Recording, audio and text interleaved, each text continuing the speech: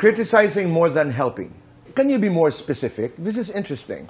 Halimbawa, weakness at strength mo, paano mo na itutulong yan? So example, halimbawa, weakness niya is, na-offend siya, kasi siya sobrang nice siya eh. So, na-offend siya, tapos mabagal yung processing niya.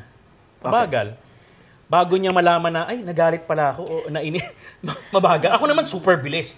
So instead of saying na, bagal-bagal mo naman mag-process ng emotion, instead of saying that, dehan, ganito yan.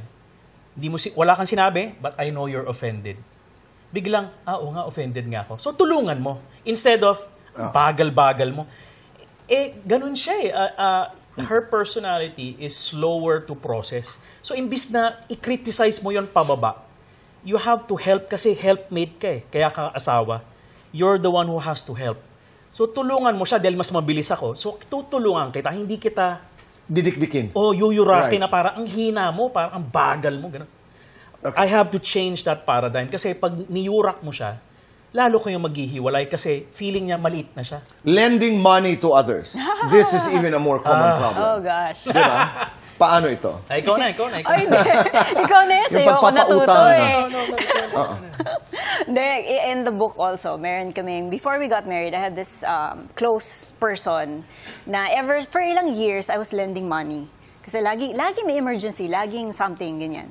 And then, before we got married, we talked about finances, we discussed mga ganyan.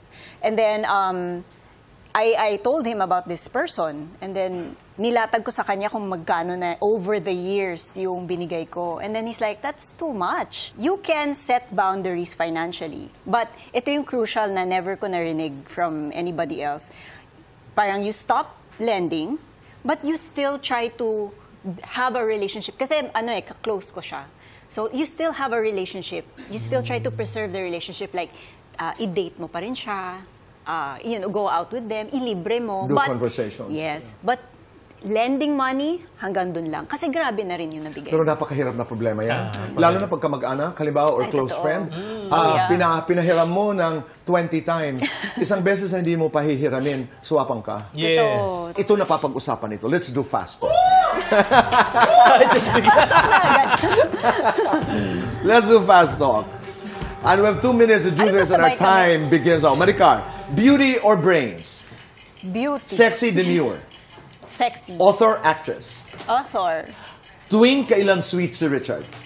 All the time. Tuwing kailan pinaka-hot si Richard? Morning. Maricar, Richard pagkagising o Richard bago matulog? Both eh. Richard, ikaw naman. Happy wife, happy husband? Happy wife. Pinaka-Pinoy na ugali mo, Richard? Kwentuhan. Pinaka-Chinese na ugali mo? Masinop sa pera. Tuwing kailang clingy si Maricar? Buong araw. Tuwing kailang pinaka-sexy si Maricar? Nako, pag pantulog. Sa inyong dalawa, sino ang mas malambing? Both eh. Sino ang mas seloso? Hindi rin kami. Sino ang mas magastos? Me, by a little. Sino ang malikot matulog? Me. Sino ang unang nagsosorry? Both. Sino ang unang nangangalabit? Ako ata. Ako ata. Is that lights on or lights off? Off pero may lamp.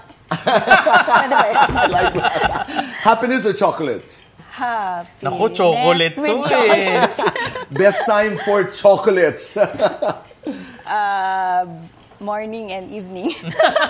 If you are to give your love story a title, ano ito ang kasagutan? Sa pagbabalik ng Fast Talk with Boy Abunda.